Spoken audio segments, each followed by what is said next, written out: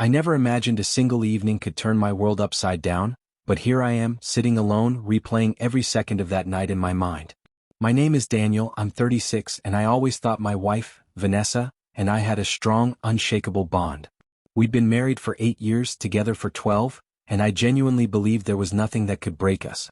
I was wrong, so very wrong. It all started at a casual Friday night gathering at my old friend Mark's apartment. It wasn't a fancy event, just a few close friends catching up over drinks and music, but Vanessa insisted on coming. She said she liked meeting new people and being at the center of attention, while I, more reserved, usually preferred staying home. I agreed to go because I wanted her to be happy, because I always thought her happiness mattered more than my own comfort. The night began normally. Laughter, music, and the familiar comfort of old friends filling the room. I had a couple of drinks, feeling lighthearted, while Vanessa floated around, chatting and laughing with everyone. At first I didn't think much of it.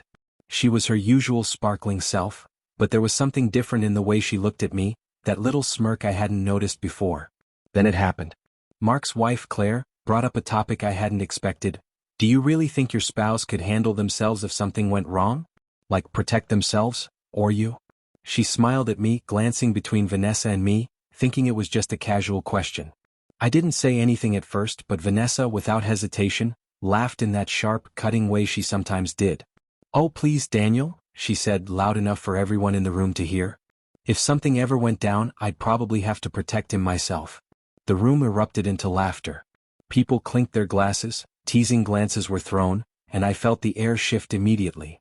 At first, I tried to laugh it off, thinking it was just her joking nature. But there was something in her tone, that edge I hadn't heard before. It wasn't playful, it was mocking. I caught her smirk and realized she had no intention of letting it go.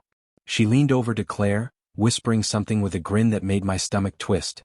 She even mimicked me struggling with a tiny bottle opener, making everyone laugh again. I wanted to say something, anything, but my words caught in my throat. The rest of the evening, Vanessa seemed unstoppable. I never thought something as small as a pill bottle could change conversations, always coming back to make another subtle jab at me, always in front of someone new. My heart sank more with every laugh she drew at my expense. I kept telling myself, it's just a joke. She'll stop. She always does. But the look in her eyes told me this time, it wasn't a joke. When the party started winding down, I thought maybe she'd come back to me, or at least we'd leave together. Instead, I watched her grab her coat and phone, and she whispered to some man I hadn't seen before.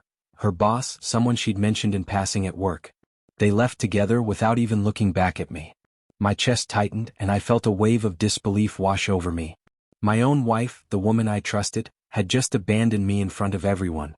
I tried calling her later that night, texting, even sending a message on social media. No response. Just silence. It wasn't like Vanessa to vanish without a word, to disappear without any explanation. I started replaying everything I had done wrong, or maybe everything I hadn't done right. Was it the way I'd been quieter lately, focusing on work in my own life? Or had I somehow invited this humiliation without realizing it? The next morning, I didn't see her at breakfast. I didn't see her texts. She had blocked me from her social media, leaving me only the echo of laughter from the party, the memory of everyone watching, and the bitter taste of betrayal. I felt exposed, like I wasn't just embarrassed, like the foundation of my marriage had crumbled in front of me, and there was no way to rebuild it.